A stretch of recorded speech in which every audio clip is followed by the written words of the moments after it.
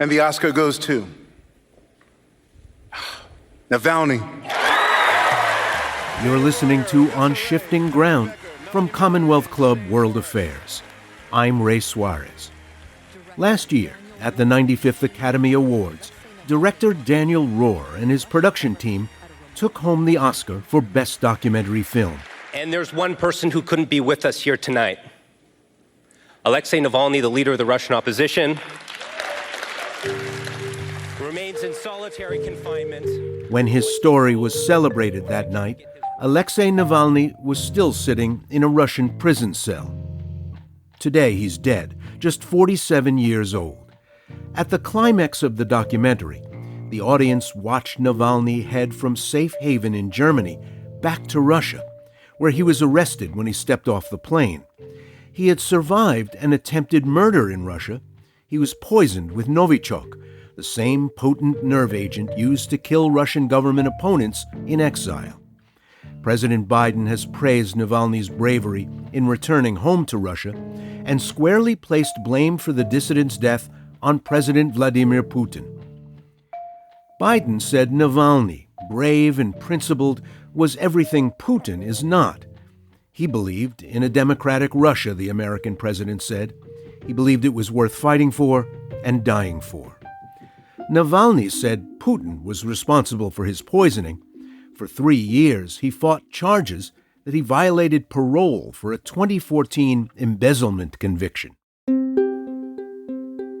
On the 16th of February, 2024, the Russian prison service reported Navalny had died and offered no further explanation. The cause of death hasn't yet been reported, but since the news broke, world leaders have started speaking out against Vladimir Putin, and it brings a new round of scrutiny to the Russian dictator. In May 2022, we sat down with the film's director to talk about Alexei Navalny's journey to the top of Putin's blacklist. Alexei Navalny's political fame rests on his anti-corruption activism, levied against the Kremlin, which began around 2011. But his record is noticeably spotted with xenophobic remarks about Muslims and promises to deport non-white Central Asians from Russia. To many, Navalny isn't a man to be celebrated. Despite his complicated political career, Navalny's death in detention may show the lengths to which Vladimir Putin is willing to go to maintain his stranglehold on his country. And because Navalny's story captured Hollywood's top prize for documentary film and the attention of millions of people around the world, we're bringing back my conversation with Roher about how the film was made and who Alexei Navalny was during his political career.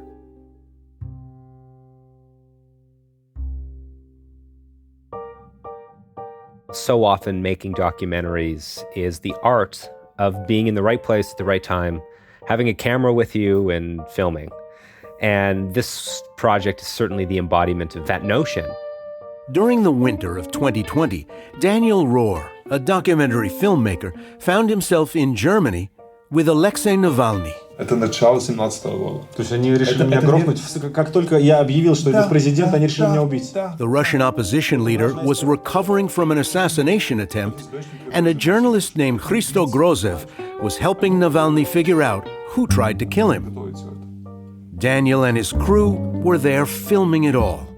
So the way Christo Grozev, the investigative journalist, the Bulgarian nerd with a laptop, as he's referred to affectionately by Navalny in the film, the way he works is that he actually leverages Russian corruption to fight Russian corruption. And so what that means is that in Russia today, there is a very lively illicit market for data. So when we say data, what are we talking about? Phone records, credit card statements, passenger manifests. All of these things are personal information that you can buy in Putin's Russia.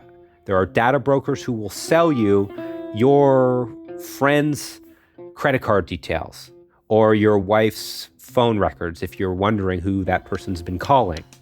But Christo leverages this data market to piece together the insidious plot of who tried to poison Navalny. And this is what he did masterfully. Using this illicit data, Christo was able to put together the very detailed movements of the members of the kill team.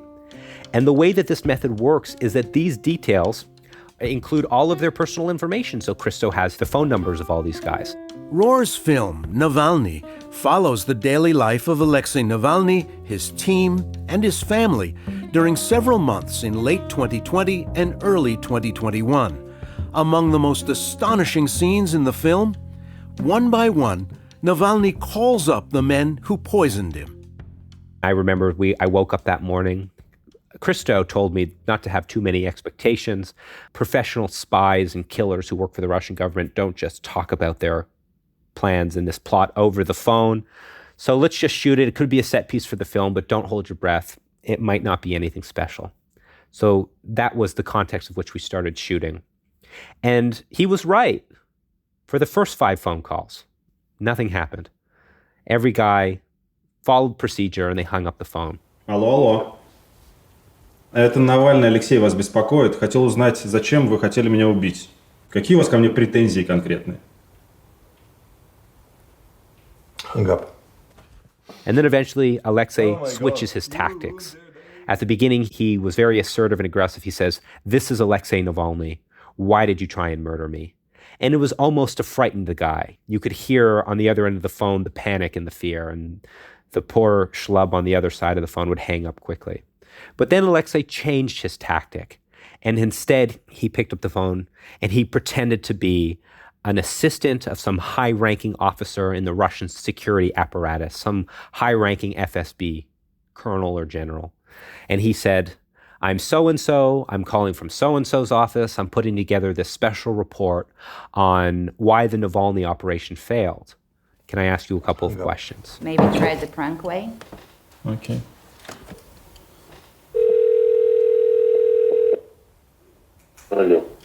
Алло, Михаил Михайлович. And he calls up the first guy, and the first guy hangs up. And he calls up the second guy, and the second guy hangs up. And he calls up the third guy, Konstantin Kutratsev, a chemist who is responsible for going into the crime scene afterwards and erasing any trace of poison, of getting rid of any evidence. I really think a scientist might talk to you. 1% chance. Okay, let's try to reach some scientists. Kudryavtsev not interesting? And he gives him the spiel, and Konstantin Kutratsev says, "What do you want to know?" Константин. Здрасте. And what precedes is this 50-minute conversation between Navalny and one of the men who tried to murder him. And Alexei extracts, with this brilliant performance, he never breaks character, Navalny extracts every morsel of the plan, every detail, in this stunning moment. Рассчитали неправильно дозу вероятности. Почему? Рассчитывали все, я так понимаю, что рассчитывали все с запасом. Хорошо, скажите, пожалуйста, вот непосредственно механика. To be in the room and filming that was extraordinary. I just remember the way that the subject's jaws unhinged and hit the floor as they realized what was happening. Of course, I don't speak a word of Russian, but you didn't have to speak a word of Russian to understand that what was transpiring was epic and historic and dangerous. And so I remember sitting there and just thinking to myself, okay, camera's in focus, shot looks good, there's enough battery in the camera, hard drives are okay, just keep filming.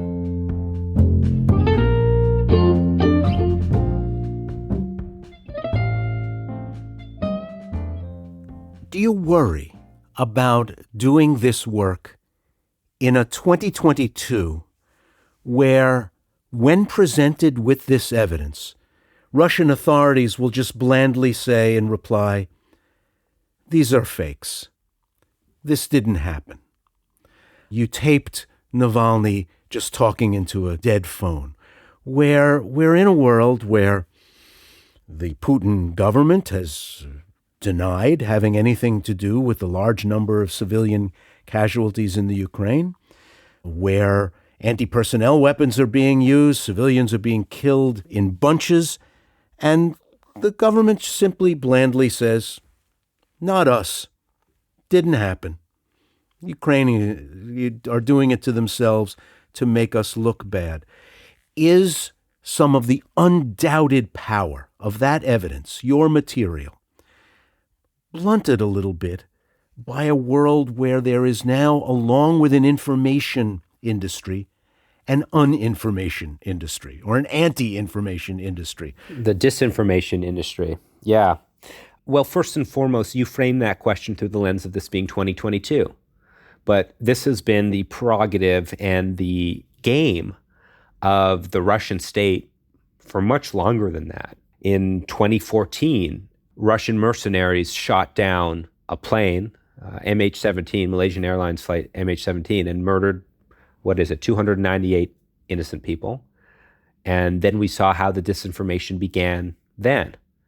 In 2018, the Russians dispatched two schmucks to go murder a former KGB officer, Sergei Skripal, who was living a quiet life in Salisbury, England.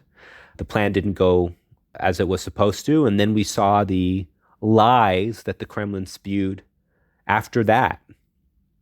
And the same thing happened with Navalny. When presented with facts and evidence, the Kremlin says, oh, this is clearly a manifestation of the West.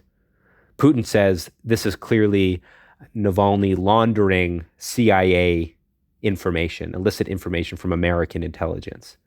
So disinformation is part of the framework of how these guys operate.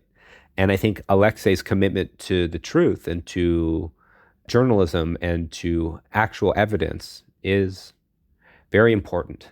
And I think one of the reasons why that phone call, why filming that phone call was so critical is because the Russian people, and I think 50 million of them watched that phone call a week after we shot it, the Russian people could see and feel the reality of the moment in a way that a written report perhaps wouldn't convey. And I think that is the power of cinema. To see the faces of these men and women who we have been getting to know over the course of this movie, normally very reserved, Russian, icy, to see their jaws unhinge at the shock of what's going on is extraordinary. And to be a filmmaker who is able to do that work, to be in that room, to capture that moment, there aren't very many filmmakers who get that opportunity. And, it's the great honor of my life having gotten to make a film about these men and women, Navalny, his team, and his family. We watch, as the movie unfolds, a tick-tock, a moment-by-moment unraveling of historical events unfolding right in front of your lenses and narrated conveniently by your subject. Did you even realize, when you embarked on this thing, just how explosive it could be? Absolutely not. When I sat across from Alexei Navalny for the first time, I had to convince him why a documentary would even be a good idea. Here's a man who has an extensive following on YouTube. He has a big follow count on Instagram, Twitter, TikTok, all of these things. He doesn't need my help to get his message, his story out into the world. And so why then would he need me around? Well, what I was able to convince Alexei of is the virtue and value of a documentary film, how it's different from a YouTube video. One of his investigations is released, it gets 10 million views in a week, and that's it. What I explained is that a documentary comes out on a time delay. It is not going to come out in a week or two, but in a year or two. And more than that, it will have an emotional resonance. If the film is done right, people will be thinking about this man and his family, maybe for the rest of the year or the rest of their lives. And they will hopefully feel a deep emotional connection to this story. And I think Alexei perceived a potential future where maybe he was in jail because he went back to Russia and he's languishing as a political prisoner, and he would need some sort of vehicle to keep his name in the headlines, to keep his name in the global consciousness. And what I expressed is that a documentary film could be such a vehicle. So we started shooting. And I remember the first day, I followed him and his wife as they went for a little walk. And we came around this bend in this sleepy little town in Germany. There was mist in the air and there were cows mooing in the fields. And he came upon this tiny little fence, and out of this little house scampered, like a little stable, scampered a small donkey and a small pony. And Alexei said, "These are my friends in Germany, donkey and pony. Very hard to make new friends here." Come here, my little pony. Isn't he sweet? Better than your donkey. And I was looking at this little pony and the leader of the Russian opposition in this surreal setting. He was so funny and he was so charming and he's so hilarious on camera and charismatic and he has great comedic timing that I understood that very first day that this film would be unique and this subject was unique. And so the challenge was just being there for as much as I could and also not being too taken with this man. I had to maintain a critical eye towards him if the film was going to work. And so that was very important for the work we were doing as well. And Alexei understood that, Navalny knew that, and honestly, I think he appreciated the integrity of the approach. And to his credit, there was nothing I couldn't ask him about. No subject that was off limits or taboo, even things that were uncomfortable, he was willing to engage on, and that's what made him such a unique subject. And you felt that he was completely leveling with you?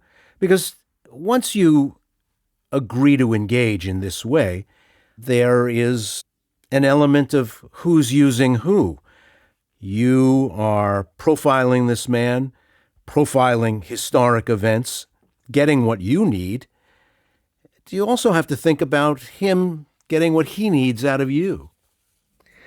Absolutely. That's a very smart read, and it's something that my team and I were mindful of from the very beginning. Here's a guy who is a politician, who's seeking the highest office in the world's biggest country. And in addition to that, he is a master of getting his story told, of getting his word out. He's a master of social media, of TikTok, Instagram, Twitter, all of these things. And so I had to be mindful of this dichotomy as we were shooting the film. He knows media. He knows how to manipulate media and get his story out there. So how is he using me? How am I, as a documentary filmmaker, part of his political calculus? And I think that tension of filmmaker subject and who's directing who is threaded into the DNA of the film. It was really important to me and my film team to just let audiences know that this concern was something that was on our minds. This dichotomy of who's controlling the narrative was very important, but ultimately, my team and I were very firm that we had to have editorial control over the film and final cut over the film, and that must have been nerve-wracking for him. Well, one piece of perhaps unwanted attention, asked and answered, I don't want to talk about it anymore attention, but he still will be asked and he still has to answer. Early on in his national career, Navalny spoke at a rally that included some of the hardest right of the Russian right, ultranationalists. Alexei Navalny! Он сегодня с нами! На русском марше! Всем привет! С праздником! Слава России! Те, кто собрались здесь, хоть завтра могут... He has had to handle the association with that rally for years since. How did he explain it to you? Well, when I asked Alexei about that, he was at first annoyed, because he gets this question all the time and he doesn't like answering it because it's uncomfortable, which I appreciate. But it's very important. It must be litigated. Here's a man who's seeking the highest office in the world's biggest country. Scrutiny is demanded of him. And what Alexei told me in response to this question of his flirtation with right-wing nationalism and nationalists is he basically explained that he is trying to build a broad-based coalition to defeat an authoritarian leader. And in order to do that, he has to talk to people and engage with people who are unsavory. Anyway, well, they are citizens of Russian Federation. And if I want to fight Putin, if I want to be a leader of a country, I cannot just ignore the huge part of it. Well, I can simultaneously understand that answer and understand why he would make that political decision whilst personally disagreeing with the decision. I would never do that myself, but I understand why Alexei made the decision that he did. And I think that at the end of the day, that complexity makes his character much more fascinating. If people watch this film and feel an ambivalence towards him, I think that is interesting filmmaking and makes him an interesting character in a way. As we're watching, he and his wife, his family, the team, come to the conviction that he's going to go back to Russia. And you're an observer of events. Were you surprised by that decision? I wasn't. Anyone who knew Alexei even a little bit, as I did, wouldn't be surprised. There was only one decision, and it was just when to go back. It was never a question in his mind whether or not he would return, and it's counterintuitive. Some people question why, but at the end of the day, he believed that it would be too great a gift to the regime, too great a gift to Putin if he stayed away. Navalny is a Russian politician who felt in his heart that he was not in a position to ask young people to take to the streets, to protest, to risk their lives, their careers, their families, to go speak up against this regime. He was not comfortable asking that of people sitting comfortably in the West, in exile, in Vilnius or Vienna or Berlin. He had to go back because he believed it was his destiny to be the moral leader of his nation. And that meant showing people, by example, that Russians should not be afraid, that evil only proliferates when good people do nothing. And what Alexei, I think, demonstrated by his actions is that he called upon people to not be inactive, to take to the streets, and to lead by his moral example.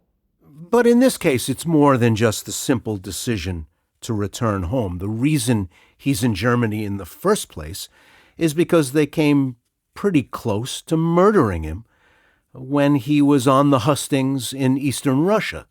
He was just recovered from this poisoning.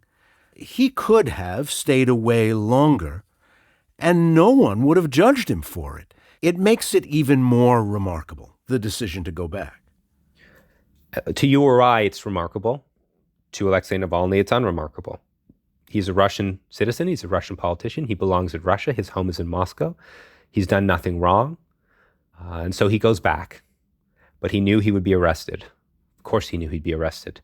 He knew he'd be in jail for a long time. He might not see his children for a long time. He might not get to walk his daughter down the aisle or be there when his son graduates from high school.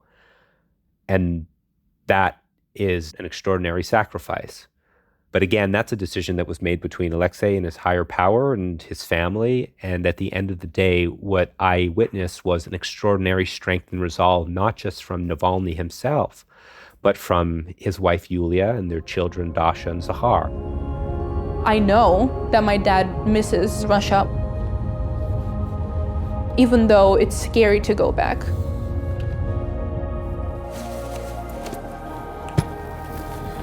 And if he didn't go back, I would say you need to go back and fight.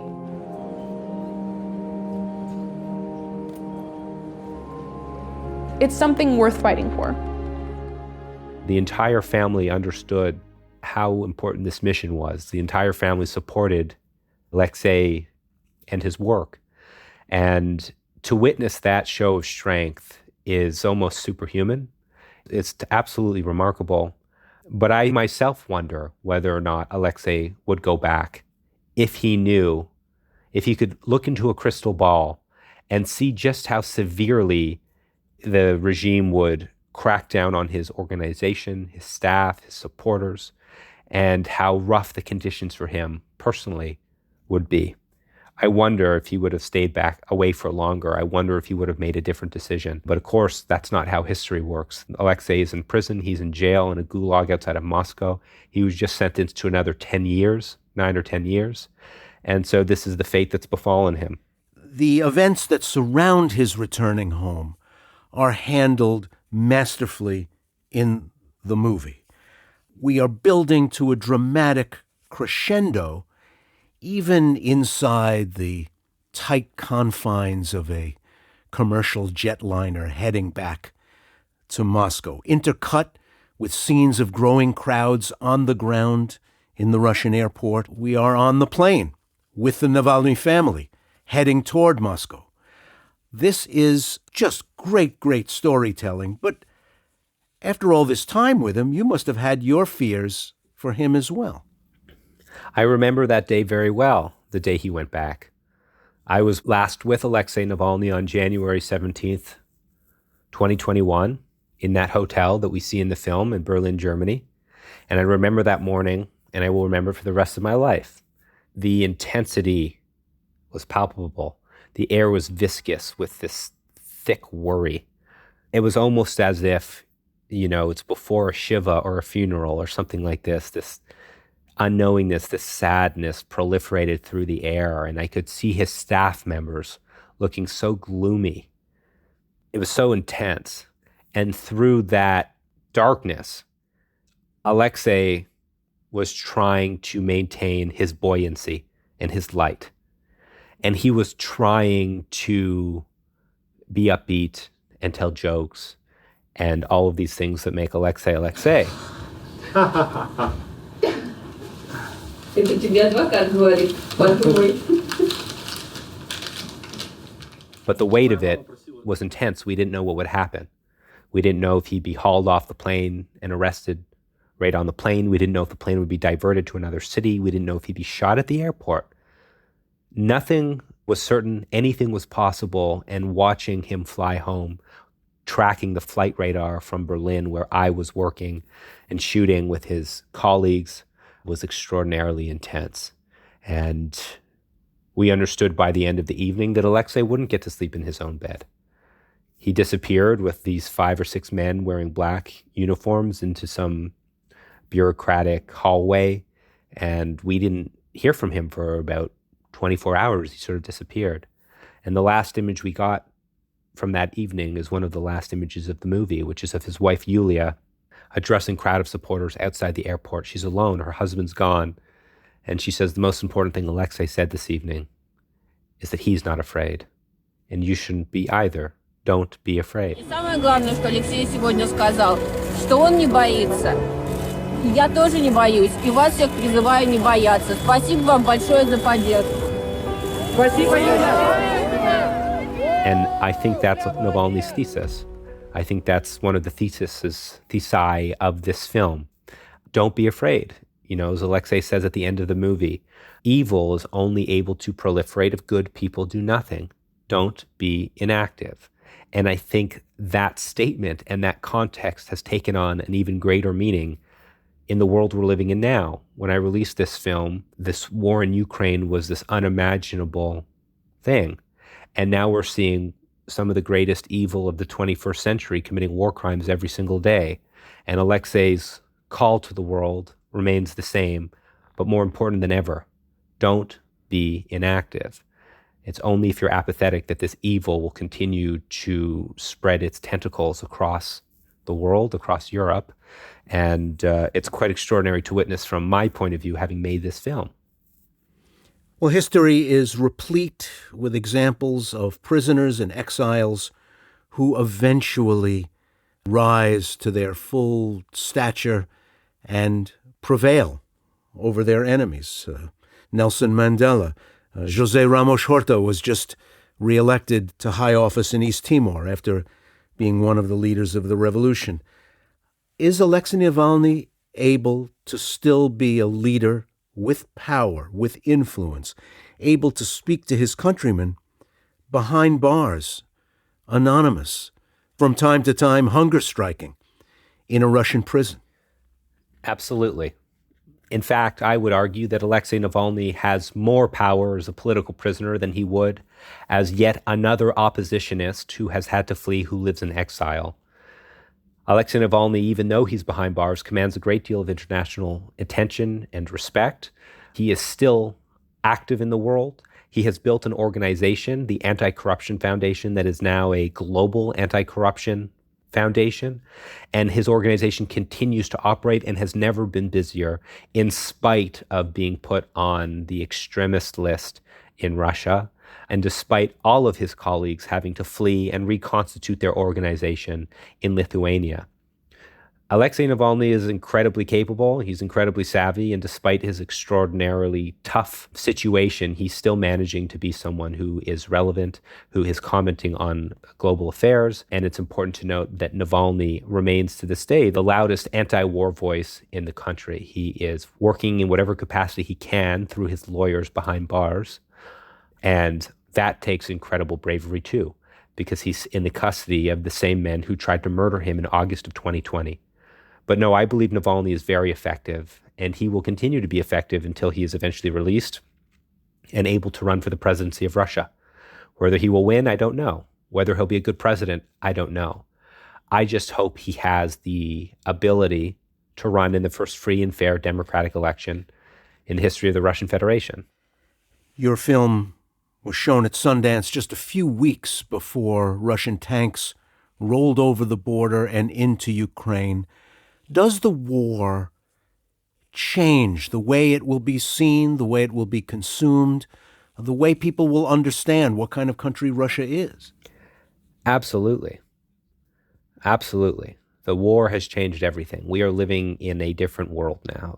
What I would suggest is that the mission of the film has been refocused. The mission of the film now is to remind the world that Vladimir Putin is not Russia, and Russia is not Vladimir Putin. This film is to show and illustrate the vivid character that is Navalny and use this thrilling murder mystery, crime-solving thriller of a roller coaster ride that is this movie to remind the world of something that is very serious, dramatic, and real, and that's that an alternate future is possible for Russia.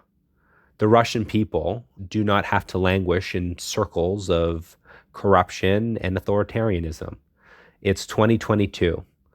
The beautiful Russia of the future, as Alexei calls it, is possible, where democracy is part of their tradition, where rule of law and a judicial system are enshrined in a constitution, and where corruption does not rot at every pillar of society. That's the Russia that Alexei Navalny envisions. That's what he's campaigned for. That's why he was almost murdered. And that's why he's in jail now, because he's advocating for this vision. One very skillful use of the one-on-one, direct-to-camera Navalny is asking him a question at the outset of the movie, which he jumps a little salty at the question. Doesn't act as if he wants to answer it at first. If you are killed, if this does happen, what message do you leave behind to the Russian people? Oh, come on, Daniel. No way. It's like you're making movie for the case of my death. Then we get to meet the guy. We get to look in on his life, on his family, on his mission, get to know him a little bit. We watch him arrested. We watch him disappeared. And then we come back around to that interview again, and this time he answers the question. My message for the situation when I'm killed is very simple: not give up. Do me a favor, answer this one in Russian. И здесь у меня просто очевидная вещь. Ну, не сдавайтесь. Beautifully done. But tell us about that. Alexei is very uncomfortable thinking about his own mortality. He's very uncomfortable thinking about the possibilities of his own death. I think he copes with the fear of that possibility by ignoring it in a way. And it's so real to everyone else around him. I was aware as I was shooting that interview, there was a possibility that this interview might very well be the last interview he ever gives. And the weight of that was something that I was very mindful of. But of course, it's very uncomfortable and awkward to ask someone to think about their own death, to speak to their family and their people as if they are no longer. You know, of course it's awkward and uncomfortable and bizarre, but I thought it was important because I didn't know what the context would be when this film was released. And I thought it was my obligation and responsibility as a filmmaker to try and imagine what this film might be like if Alexei wasn't with us when it was released.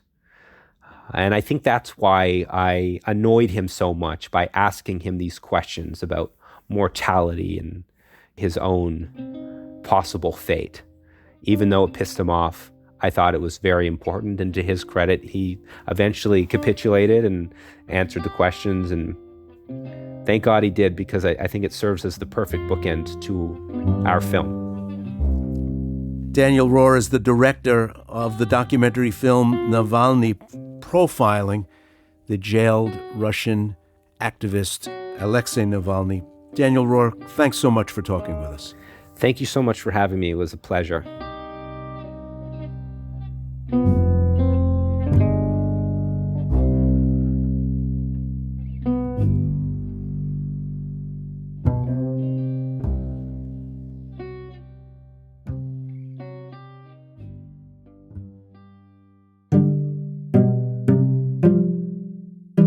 You've been listening to World Affairs, produced in partnership with KQED, with funding from TPG, the William and Flora Hewlett Foundation, and from listeners like you.